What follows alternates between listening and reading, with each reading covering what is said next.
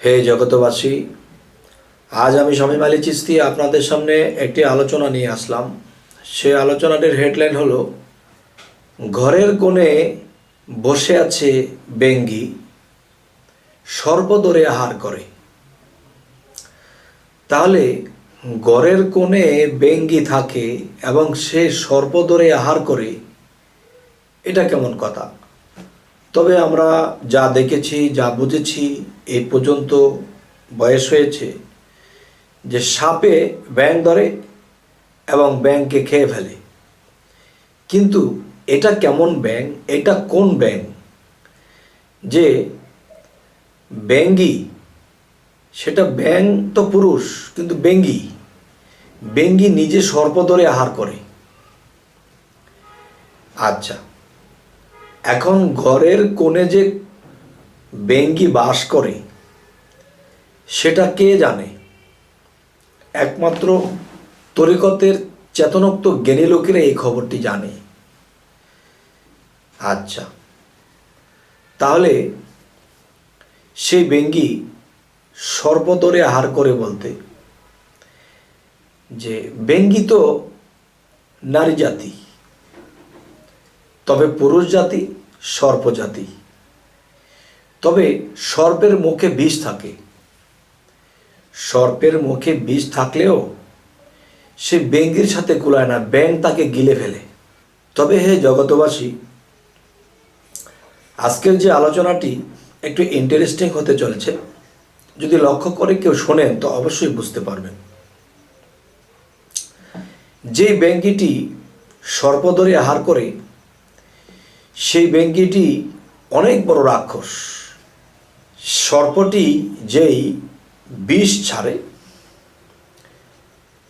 তবে সেই বিষের মধ্যে দেখা গেছে যে 24 ফোঁটা একসাথে ছেড়ে দেয় সেই সর্প।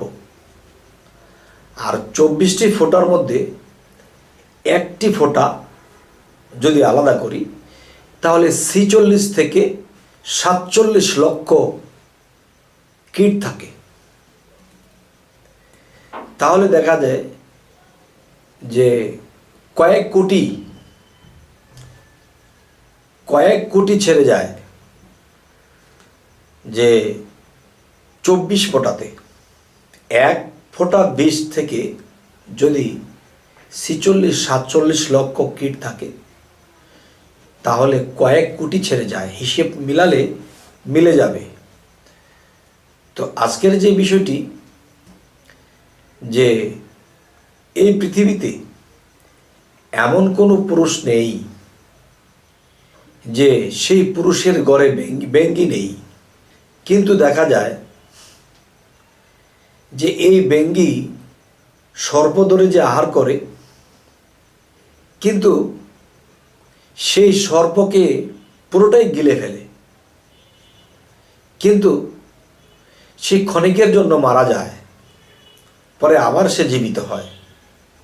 ক্ষণিকের জন্য সে মারা যায়, সে আবার জীবিত হয়। কারো 1-2 ঘন্টা পরে হয়, কারো 1-2 দিন পরে হয়। তাহলে দেখা যায় জন্ম হচ্ছে মৃত্যু হচ্ছে, জন্ম হচ্ছে মৃত্যু হচ্ছে। যতক্ষণ পর্যন্ত যে কোটি কোটি কীটের মৃত্যু না হচ্ছে, ততক্ষণ পর্যন্ত সেই সর্প ফানা ধরলে ছোবল দিয়েই ছাড়বে। আর জানে না এই প্রত্যেকটা ছোবলে তার কতটুকু জিনিস লস হচ্ছে, ক্ষতি হচ্ছে। তবে হে জগতবাসী, আমি যে স্তরের লোক অতটা ভেঙে বলা যায় না, তবু বলে ফেলি। জ্ঞানী লোকেদের জন্য আমার এই কথাটি প্রযোজ্য। তারা এই কথাটি শোনার সাথে সাথে বুঝে ফেলবে। আর যারা এই এরিয়া থেকে দূরে, তারা এটা হয়তো নাও বুঝতে পারেন। তো আজকের যেই আলোচনাটি, যে সাপ যেন যখন তখন ফানা না ধরে, তাহলে কিন্তু বেঙ্গির থেকে কিন্তু সর্পটা দূরে থাকে। যখন সে ফানা ধরবে, তখনই কিন্তু কাছাকাছি আসে। আর তখনই কিন্তু সেই সর্পটাকে ব্যঙ্গে গিলে খাবে, তখন কিন্তু একটা কথা আছে যে অবিচারে পুরুষ মরে, মেয়ে কিন্তু দোষী নয়। নিজে পুরুষ অবিচারেই মরে যায়, কিন্তু নারীর কোনো দোষ থাকে না। কিভাবে দেখেন, এই পৃথিবীতে বেশিরভাগ দেখবেন ব্যঙ্গী কখনো সর্পের কাছে যায় না, আর সর্পটা নিজের ইচ্ছে করে আসে এবং সে ফেঁসে যায়। যখন ফেঁসে যায় তখন বলে, হায় রে, কেন এসেছিলাম, না আসলেই তো ভালো ছিল।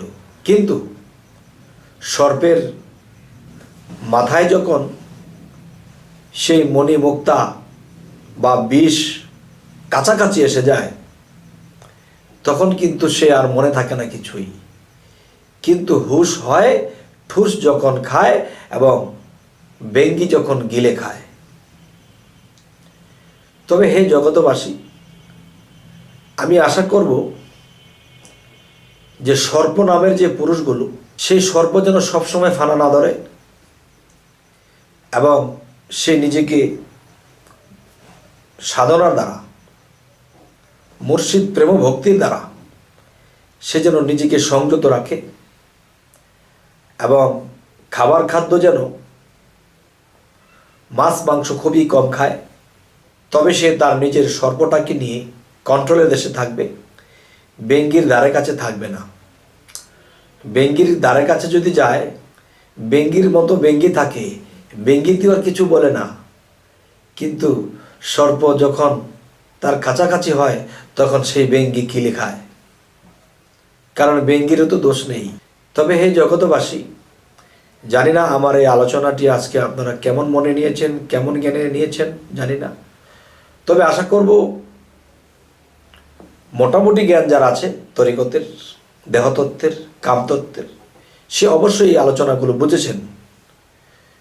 তবে আমার এই আজকের আলোচনাটি ইঙ্গিত স্বরূপ করা হলো, আপনাদের কেমন লাগলো তা অবশ্যই জানাবেন। তবে কি হবে, আমার আগ্রহের সৃষ্টি হবে যে আমি সামনে আরও খুলে মেলে আর একটু ভালো ভিডিও যেন আপনাদের সামনে উপস্থিত করতে পারি। তো আমাদের চ্যানেলটিকে সাবস্ক্রাইব করে রাখুন, যাতে ছাড়া মাত্র আপনাদের কাছে আমাদের ভিডিওটি পৌঁছে যায়। তো আজ এ বলে রাখবো, সকলেই ভালো থাকবেন। আল্লাহ হাফিজ।